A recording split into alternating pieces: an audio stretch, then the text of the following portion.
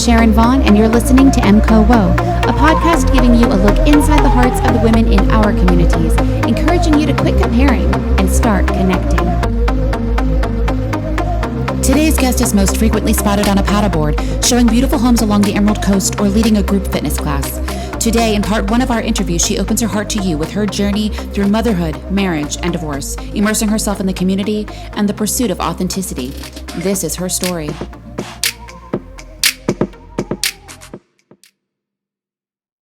And I am here today with Heather Harshman. Hi, Heather. Hi, Sharon. Good morning. Good morning. I'm excited to talk with you and obviously to share you with everyone that listens to this podcast or checks out our website because you're such an awesome person. I got to meet Heather when I was working with a charity race team that puts on a local charity race on 30A on Thanksgiving. And I actually met Heather because she was working with the Lululemon team, and they were a great sponsor for us at the time. And we connected about some marketing stuff. And you really set yourself apart. Lulu has a great team in general, and the brand culture is so amazing.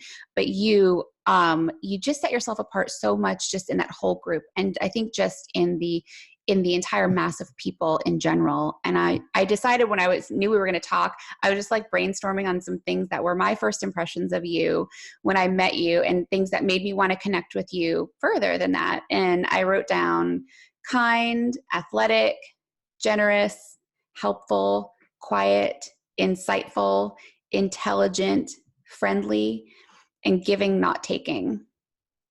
And I wrote giving, not taking, because giving, not taking, it's like you're generous, but you are not, like, you don't want people to do things for you. I could tell that about you. Is that right? That's totally right. I'm definitely more comfortable in the space of giving rather than receiving, for sure. Yeah. So for anybody that doesn't know you, knows nothing about you, can you tell us a little bit about who you are, what you do, where you come from? Wow. How long is this podcast? Hey, take your time. Take over. No, you hit spot on how we met and everything. And I'll never forget that smile that you had across the table, I think, when we had a lot of interaction through that charity event. But I knew we were going to be friends, regardless if we were runners or not runners or in the community. You know, you have done such amazing things as well. And your journey I've watched throughout our friendship. So it's been amazing to see that as well. I've moved out to Walton County about 2 years ago from Destin, and I've kind of was a transplant even to Destin in my, I'd say, post-college life. I got married young and kind of traveled with my husband and his career for 19 years. And through all of our moves throughout the Southeast, of course, add in a couple of kids here and there, and we landed in this place called Destin for his job. And we had visited a couple times as tourists and loved it. And we just kind of decided that we needed our kids to have roots and we wanted to stay here. But really, for the most part, I was a stay-at-home mom, supporting him in his career. And some of our projects that we were on were not very long. And to put it in perspective, we moved 12 times in 19 years. So that's not a whole lot of time to put down some roots and let those kids feel connected to where they are or have a place to call home. And we felt it was very important at that time we landed here and let's get our kids someplace to call home. So, as the kids were getting older, kind of figuring out what our path was. And I said, well, and I'd always been into fitness. I was kind of that group fitness girl that would show up to the gym and be in the front row and say, I love this so much. I could do this. I want to teach. So that inspired me to go ahead and get my group exercise certification. And that led to spinning certification. And now I'm TRX certified as well. But it's always been a passion of mine to do that and lead others and lead by example and have a healthy lifestyle, because we only have one body to live this amazing life in, and that's super important. But I also got my real estate license about 5 years ago and was kind of in and out of real estate for the last 5 years, to be honest, only full-time in the past year. But that was for personal reasons. And as you touched on, I worked for Lululemon for the store opening when they Went from a showroom to a full-blown store on 38. And that was an amazing experience. My first time ever doing retail. But at the time in my life, I was separating from my husband, and they became my family, my home away from home, and my purpose to get up, because after a 20 plus year marriage, that was the hardest thing I've ever gone through in my life. So I met amazing people, including you. I got connected to the community, like largely connected, and interlaced myself in with people that are just like me. And, when you're connected to people like that, it just gives you purpose and just gives you strength in what you're doing. And fast forward, both kids are in college, and now I'm an empty nester. So I'm doing my real estate and my fitness and figuring out what's next in my life. So that's where I am in a nutshell. Gosh, I love what you said about the people that you surrounded yourself with kind of gave you the purpose and ability to move forward, because that is so key, because some people just end up surrounded with the wrong people, and you're so blessed that you were surrounded with those people, just as they were blessed that you were a part of their community. And I think that is pretty fantastic. How were you? Can you tell me about your upbringing? Like, how were you raised? What was your household like? Gosh, I grew up in Ohio in a very rural community, and my dad was a construction worker. He owned his own construction company, and my mom stayed at home. And, just as my birthday is coming up, and as I was thinking about what age I'm turning and what that meant for my mom, because she has a birthday next week. And, I was her third child, and she will be turning, third child, and she was 21 Oh, when wow. she had me. She had just turned 21, and I was the third. She did a lot in such a short period of time. So to have 4 children by the time you're 23, that's a pretty crazy upbringing. But I feel like I had a normal upbringing until my parents did divorce when I was in 2nd grade. And we kind of, have a sister, and then I have 2 brothers, and we kind of split, with my sister and I staying with my mom and my 2 brothers going to live with my dad. So that really, I'd say, it didn't allow the connection for siblings that much, like that normal siblings would have if you're growing up in the same household the whole time. Mm-hmm. But literally, like you were saying, like I have a hard time letting people do things for me. I kind of feel like I grew up on my own. My mom did what she had to do to survive, which was a tough life back then, to try to work and even support, 1 or 2 girls at the same time. She didn't necessarily get the support from my dad. Mm-hmm. And so there's a lot of blurred lines, I'd say, in my life growing up with that. But I was always athletic. Again, I lived in a very small community, and I feel like my best friend, her parents were like my second parents. I was always spending time at their house on the weekends, and they had a very strong parental family unit. So I got to see that and what it would look like and be modeled after, something that I didn't have as a child. But I just persisted on. I knew I wanted to go to college, and I knew I grew up in a town with 1 stoplight. And then when I ended up moving in with my dad for high school, it was a whole new set of friends. It was a whole new place, more college preparatory high school, which in turn, I was mad about it first because I had to move and leave my friends and all of that. But in the end, it was actually a better move for me to get into college. And I moved away, and I never came back. So Yeah. it was one of those that, you want better. And I was the first of my family to go to college and graduate, which I was very proud of for that, because it was a whole lot of me doing it. It was never a push from my parents. It was never you're not getting good enough grades, you're not going to be college material. It was all me. Like, I was very driven to make something better, to not work as hard as what I saw my parents doing. So you're no stranger then. You relocated here, but this was not new for you. So transplanting yourself into a new situation, even though you were moving in with your dad at what, like 13 years old. He's your dad, but still you were uprooted from the life you had been living as a young child and started over. And then you said, hey, I'm out of here, and went to, where did you go to college? Cincinnati, University of Cincinnati. Which is like a big city and not one stoplight. And then here you are in paradise. Did you make any other stops between college and here? Or was it pretty much just from Cincinnati, you moved to Destin with your husband?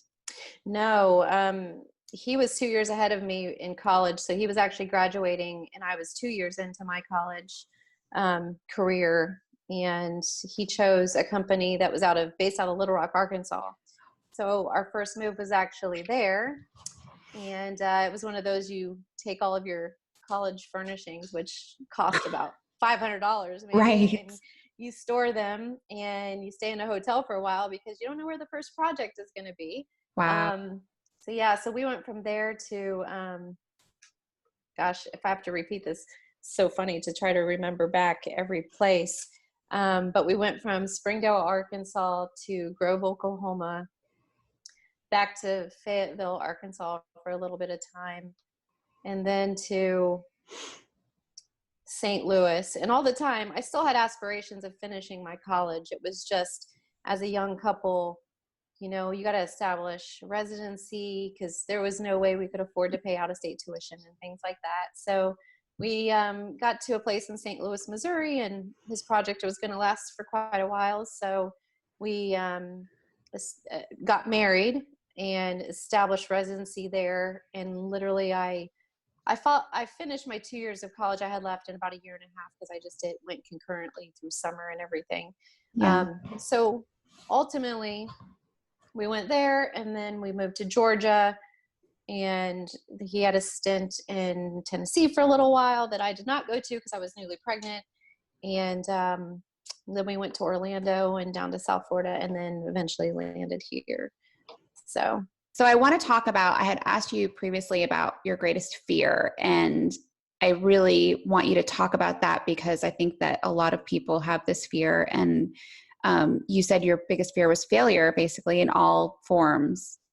So do you know where that comes from? Why you're afraid of failure specifically? Gosh, I don't know if I exactly know where it comes from. It's probably just the pressure I put on myself because, in school, especially, and I'll go back to that elementary school phase, when I was living with my mom and it was just her and I, she was working like second shift, the 3 to 11 shift. And here I was, a very popular person in my school, didn't have the family popularity background, but I always wanted to please my teachers there because I wasn't getting that affirmation at home at all from my parents.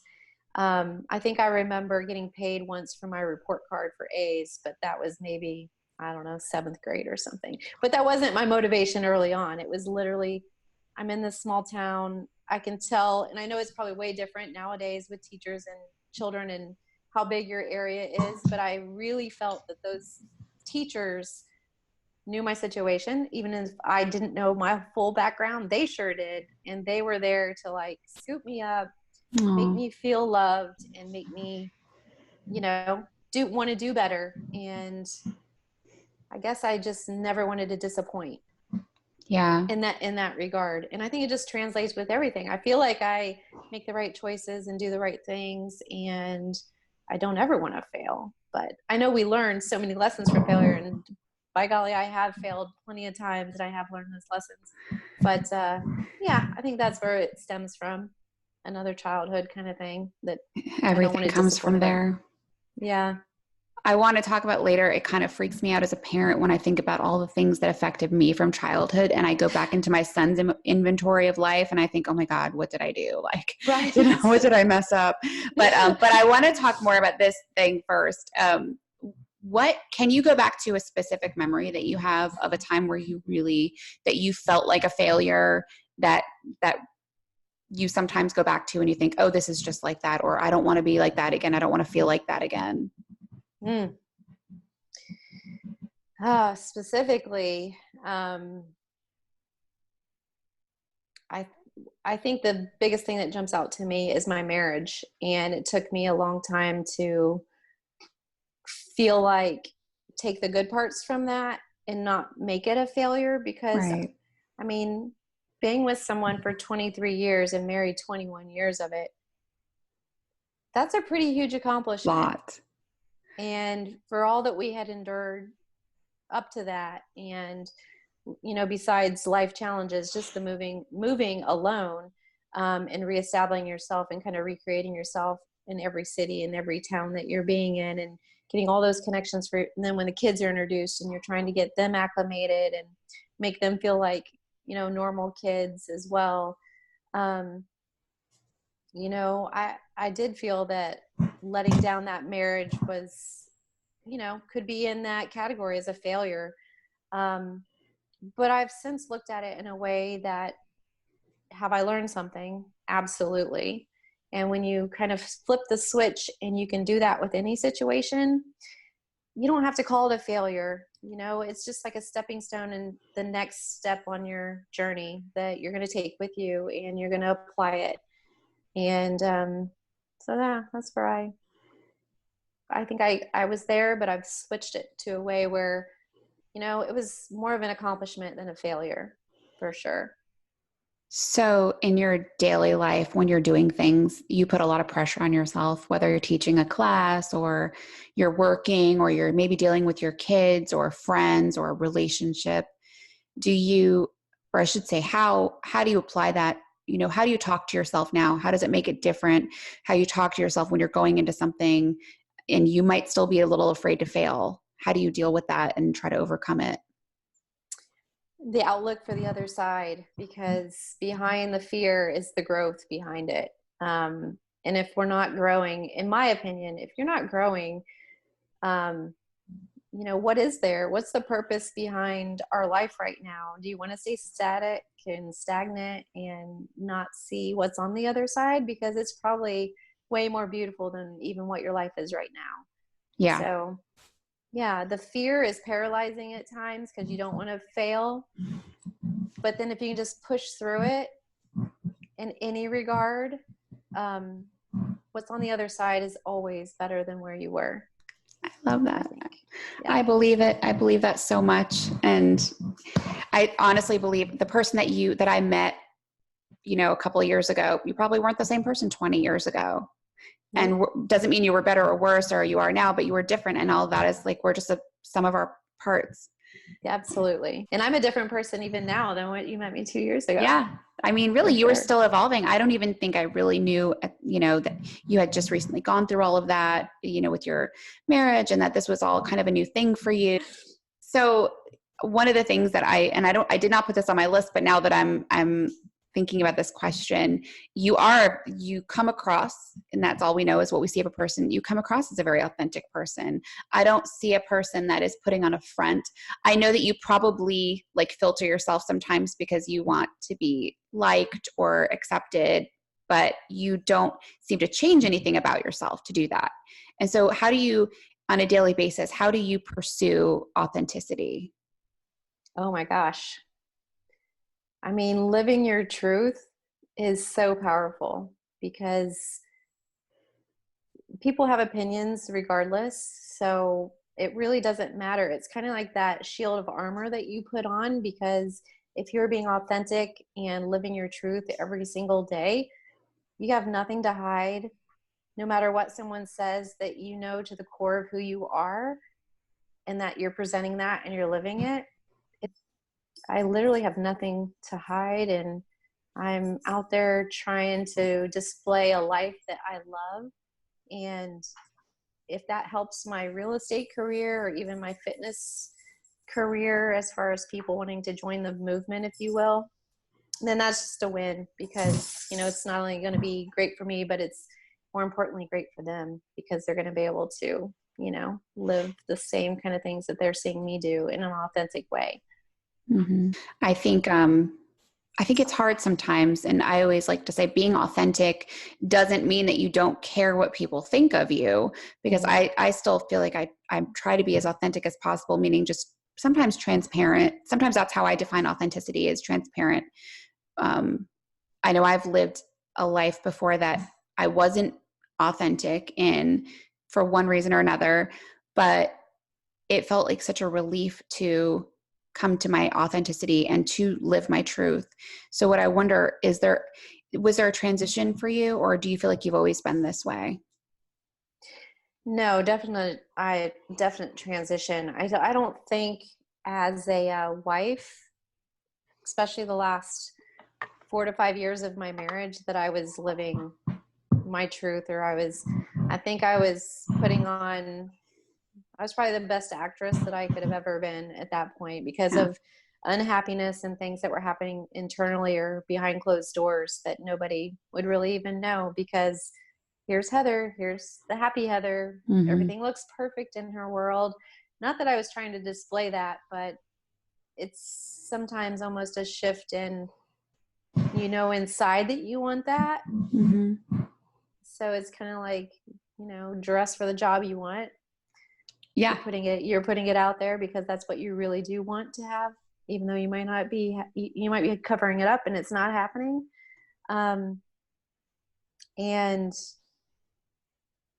I, separating and moving out and regaining who I am and finding out really who I was, getting married young was a transition in itself, because I'm not sure I know too many 19-year-olds that actually know who they are. Yeah.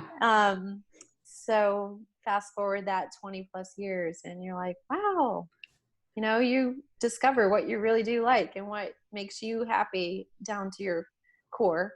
And you just go with that. So yeah, there was definitely a transition. Yeah, it's not an easy one either, because I think it feels almost like you're like losing your skin or something. Like you're morphing into some other creature. You're like, okay, it kind of hurts a little bit at first. Do That's so you, true. can you think of a time when you were in this transition, or even after it, where you felt like, okay, this feels so good. I'm actually myself now. I'm free. I'm taking my space, to live how I want to live and be who I am. But then you caught yourself, like you busted yourself. Oh, wait a minute. Like I said that, and I didn't really mean it. Or maybe you weren't being your authentic self. You were saying you were fine when you weren't, or you were maybe doing things, going through the motions. Can you think of maybe a time where you said you reeled it back in, and how did you do that? Oh gosh. I think there were several of those, because I think you want to fast forward to the happy place so soon when you've been in not such a happy place. And sometimes those steps are mistook. So, gosh, I don't know if I can nail down just a specific, but I just remember, showing up to work at Lululemon and really having to put on that face and that everything is okay. And, it's a sales job at the end of the day. So Yeah. you have to like appear happy and think that you're just like shoving everything down. I just got a call from my lawyer. Oh, So, just like push that down, or I'm going to have to deal with X, Y, and Z when I'm done with this shift. So yeah, there was a lot of that you try to convince yourself things are going great. And then, yeah. yeah, that was a long process. But again, it's one of those things that it was fear. There was a lot of fear going through that. Um, but at the end of the day, I really dialed down to the things that were important for me to move on from that, which was my kids and their happiness, and being an example of, sometimes things don't work out and you got to let go to move forward, to be happy, and to show the example of what healthy relationships need to look like. Mm-hmm. So that was really a driving motivation for me to just keep powering through. And coming out on the other side of it, I'm so happy for you. Thank you. um, so talking about confidence, because I think that when you are being authentic, there has to be a certain level of confidence with that. And I'm curious for you, what are you doing when you're feeling your most confident? Oh gosh. Like, when do you feel like you're 10 feet tall and you're nothing can, you've got it all right? Mm-hmm. I'd say that dials back down to my fitness. When I'm, teaching a spin class or leading a TRX class, and having those people, look to my programming and look to my enthusiasm for it and passion, and they just really trust their health with me. And that's a huge step because, people don't necessarily like exercise, but they're going to show up if they like the instructor for sure. That's true. And and that really, I don't just show up to class and then leave. There are connections built within those classrooms, and we have, text groups, and I send motivation, or, it's kind of that teacher taking attendance when you don't show up after a few days and you might be sick with the flu. Well, I'm going to be that teacher that's like, hey, where have you been? Been missing you in class. And people really respond to that. And I do that in an authentic way because I care. Yeah. So I love that about making those connections, especially through fitness. And then in real estate, hey, if you just get a client that pushes through and you give them great customer service and you see the change in their life, because again, like we talked about, they're getting ready to live something that they've never lived before. Yeah. That is such an incredible feeling. And, I'm just kind of the transaction coordinator at that point of just making that dream come true for them. So I love it. Yeah. So that's nice too. You're like a cashier at the dream factory. I love it. I actually have a very good visual here. Like people are in bed and then they're going through with their little buggy full of their dreams. Okay. There's something here to this. So when you have like people, I find, I've done numerous sorts of exercise classes, from TRX, which is really hard, to Zumba, right? I always thought Zumba was impossible. I'm very uncoordinated. And I remember I went through a period where I was like, I was going through a depression and I really needed something to fill up my time. So I had joined this gym where I lived, where there was nothing but classes all the time. So I knew that like I could go there for 2 or 3 hours and go to different classes. And so one of the ones that they had every day was Zumba. And I remember feeling so I was like, I'm going to do this. I don't know anybody here. I just moved to the area. I'm going in, watch out. And I had to stand near the front. Otherwise I couldn't see anything. And I was kind of like in such a bad place that I just didn't give any, whats. So, which I needed, because otherwise I would never have tried it, because I had no confidence, right? I was like, forget it. I was so small, and I'm just like, now I'm just trying to buy up time and stay alive. Like you said, get out of bed and all this stuff. And so I was so happy. I went for like a full 10 days in a row. I did not miss a Zumba class, and I had the routine down. I show up on day 11, ready to rock it. They changed the routine. Oh no. I thought you were going to say they changed the teacher. Oh no, they changed the routine. And I was like, I went in so ready. I was like 10 feet tall. I am going to kill this. I'm going to know every word. My hips are going to do weird things that they have never done before. And I literally I almost cried because I was so deflated. And then I'm like, great, I'm starting all over again. But it was still fun. I was still able to have fun with it. So my long way around to my question is, through your interactions with, I would say students, but really just people that you interact with in your exercise classes and other group, fitness things that you are leading, what kind of things do you do or recommend that help your people that you meet build confidence? Because I feel like fitness is something that can really help you build confidence in a big way. Oh, for sure. Through a spinning class, it's super easy because, that resistance knob is all up to you. So for all levels, when you're in there, I really take it easy on not necessarily what I do for the others, but initially when you're coming in, I just make sure that, it's totally at your own level, and never judge a spin class, especially by the first 2 times, because everything's going to hurt. And you're like, I didn't know that part was going to hurt on me. Well, it's okay. Everything will callus up and you'll be fine later. Mm-hmm. It's all in the programming when you're thinking about it, and that an individual's needs and where they started and what their capabilities are is super important, because some people come in and maybe they might not even be able to do one body weight squat on their own, Mm-hmm. So holding those TRX straps give you that assistance to be able to do more than one. So it's like, wow, look at what you just did. Yeah, that's really cool. Yeah. I love that.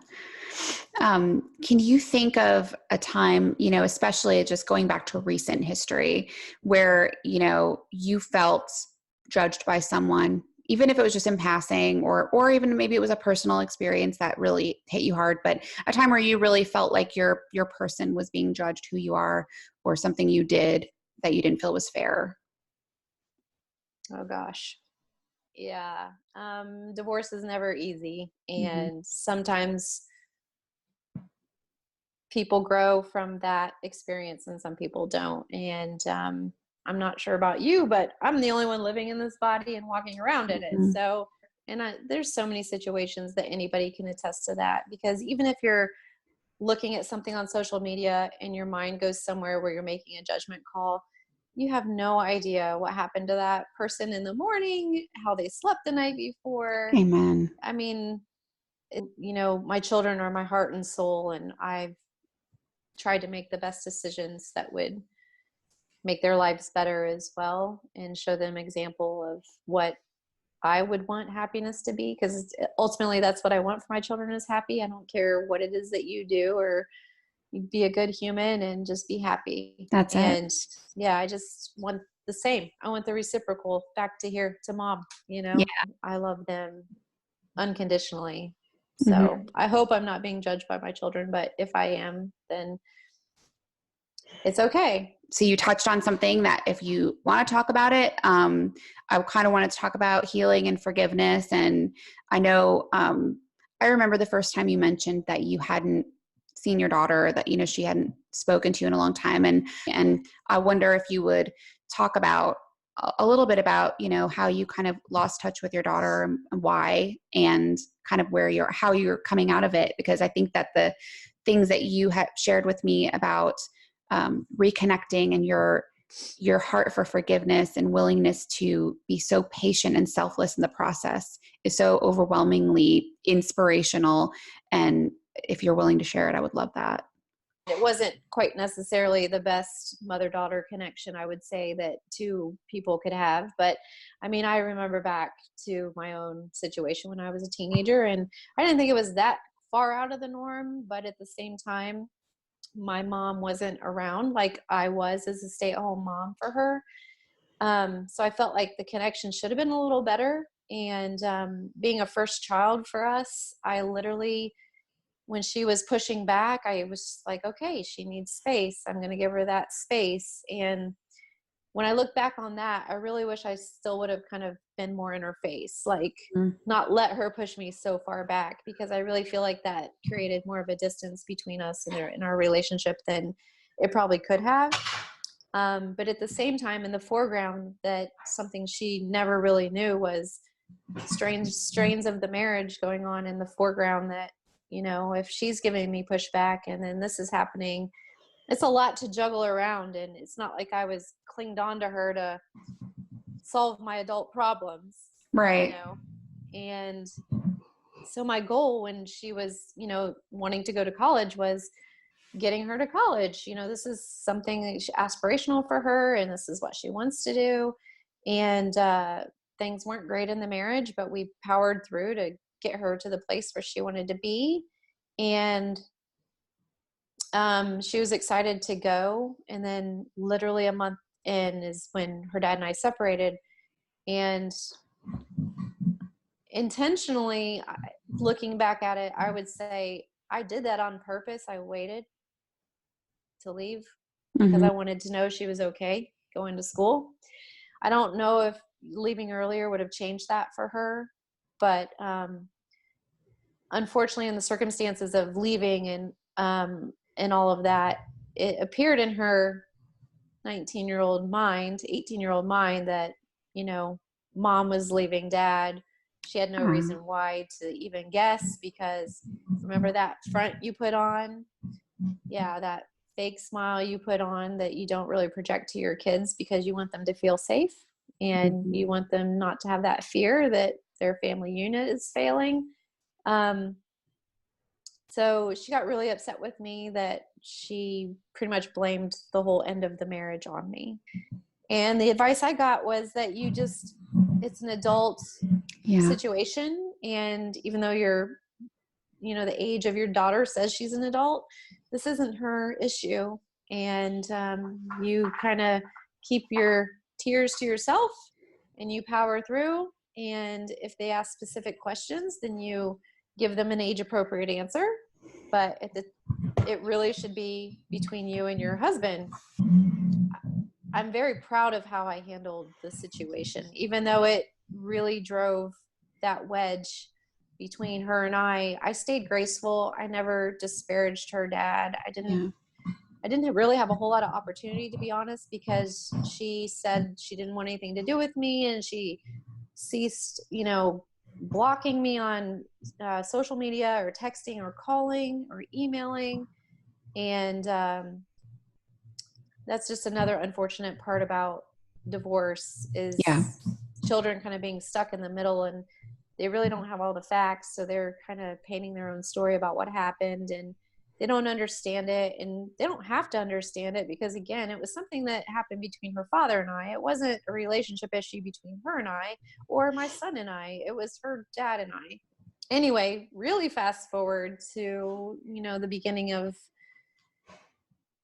she turned 21 in May. She made a bold move and went from her college in St. Augustine down to UCF in Orlando and when her and I finally did have a chance to speak, it was right after her 21st birthday. And for the longest time, I didn't even know what address she was at. I didn't know where she was living. And so hard. Yeah. And about 3 days later, I just made a trip to St. Augustine and showed up at her door, not knowing what was going to happen. And be sure to catch part 2, where Heather shares the moment she reunited with her daughter, talks about life as an empty nester, and lessons she has learned along the way. Thank you for listening to the MCOWO podcast. To learn more, follow us on Instagram and Facebook at Emerald Coast Women, and visit us on the web at mcowo.com. That's www.emcowo.com.